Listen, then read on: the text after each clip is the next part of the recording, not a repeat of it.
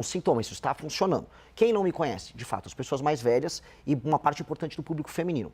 O que eu já estou fazendo, que está começando a quebrar esse problema, é um trabalho extenuante de rodar o Brasil de carro e passar em todas as cidades que eu puder e em todas as rádios ser sabatinado igual eu estou fazendo aqui na CNN.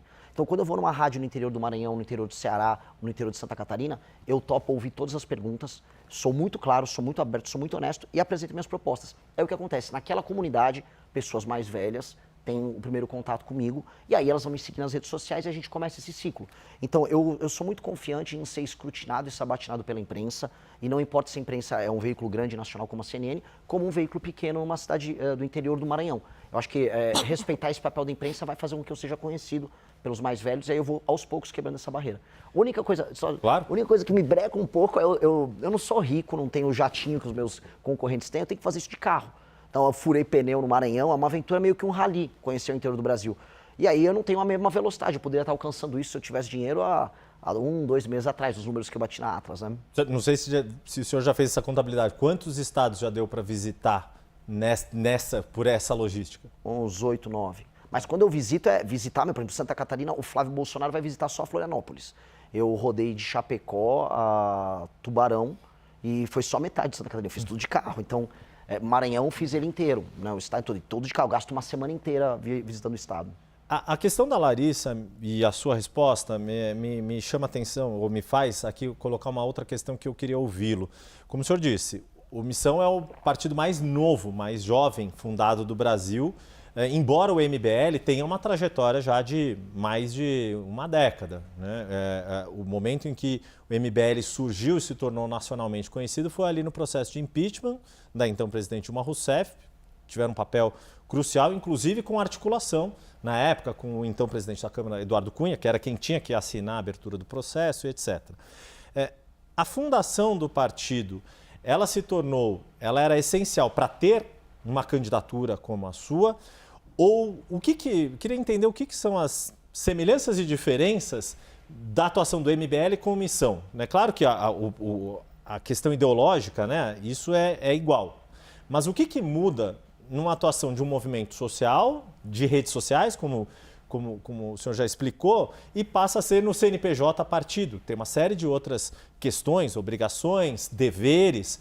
E quais são os objetivos do Missão? É crescer igual os demais partidos, no sentido de poder ter acesso a fundo partidário, tempo de campanha na televisão, ter essa participação institucionalizada como os demais partidos?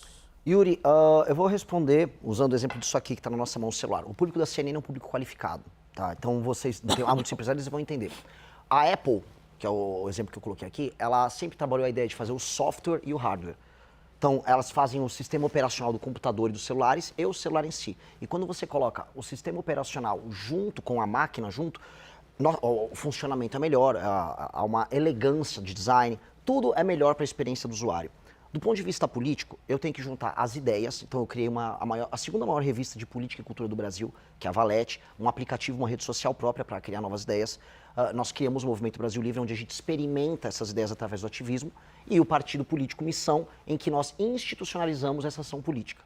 Então, toda a experiência da pessoa que vive as nossas ideias, ela é uma experiência que faz sentido, ela é coerente. Ela participa da produção das ideias, das discussões, dos fóruns de debate, ela vai para a aplicação nisso no mundo real, fazendo ativismo. E eu acho que ser um político sem antes ter sido um ativista é como jogador de futebol que não participou da categoria de base. Você tem que aprender a protestar na sua cidade, pressionar um vereador no teu município. Se você não fez isso, você vai ser um político incompleto. Então, e ao mesmo tempo, você nunca vai ser apenas um ativista se você quiser mudar o Brasil. Você tem que entrar no jogo político, participar das eleições, vencer eleições, participar de debates. Então, agora nós temos condições de fazer isso. E havia uma demanda, tanto que a própria pesquisa Atlas demonstrou que o Partido Missão, com apenas 5 meses de vida, já era o 4º partido favorito dos brasileiros. Então, havia uma demanda reprimida por um projeto desses. Então, nós estamos entregando um projeto que é completo e, nesse sentido, o futuro para a gente será muito diferente do futuro da maior parte dos partidos brasileiros. Por que eu falo entre aspas? Porque eles não são partidos, são legendas. Se o Kassab vem aqui participar de um debate, uma discussão com você, Yuri, ele vai falar sobre como ele pode ou não apoiar o governo Lula, ou pode ou não apoiar o governo Tarcísio, ou seja, o Kassab não tem um partido. Ele tá na legenda que ele troca favores com os outros. Nós temos um partido, e isso é diferente. E aí eu respeito ainda quem é partido. Eu posso discordar essencialmente do PSOL. Mas é um partido, eles têm ideias e defendem as ideias deles. E aí eu quero participar do debate público enfrentando eles. Quem mais são partidos na sua O avaliação? PT é um partido. O PT é um partido de verdade. É um partido corrupto, é um partido com práticas criminosas ao longo da história dele, mas ele é um partido, ele defende teses, defende ideias, é oposição aos adversários dele. Agora, eu falar que MDB, PSD, PL, PP, União Brasil são partidos, isso é piada. Tanto que no Maranhão eu visitei cidades que eram administradas por todos eles e todos faziam campanha por Lula. Entendeu? Então qual o sentido disso? Não tem sentido. Lari? Pré-candidato, a gente estava aqui, abrimos, né, as nossas perguntas sobre as pautas do dia a dia. Eu queria voltar um pouquinho nesse assunto.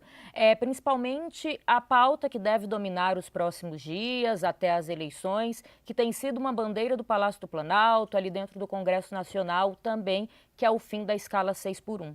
Eu gostaria de saber qual a opinião do senhor, né, enquanto pré-candidato, se tem partes que lhe agrada ou não, e como tem sido aconselhado também os deputados e senadores, não necessariamente do partido, que é um partido novo, mas que, né, do antigo MBL, que andam junto com o senhor nessa esfera política, digamos assim. Eu não fujo de perguntas dessa, e eu digo isso porque eu fico vendo o meu concorrente no campo da direita, o Flávio Bolsonaro, avisar que ele não tem nenhuma posição sobre nada em termos econômicos, né? E lógico, ele tem medo de perder voto e isso trai o eleitor dele. O Flávio Bolsonaro não tem coragem de falar sobre isso.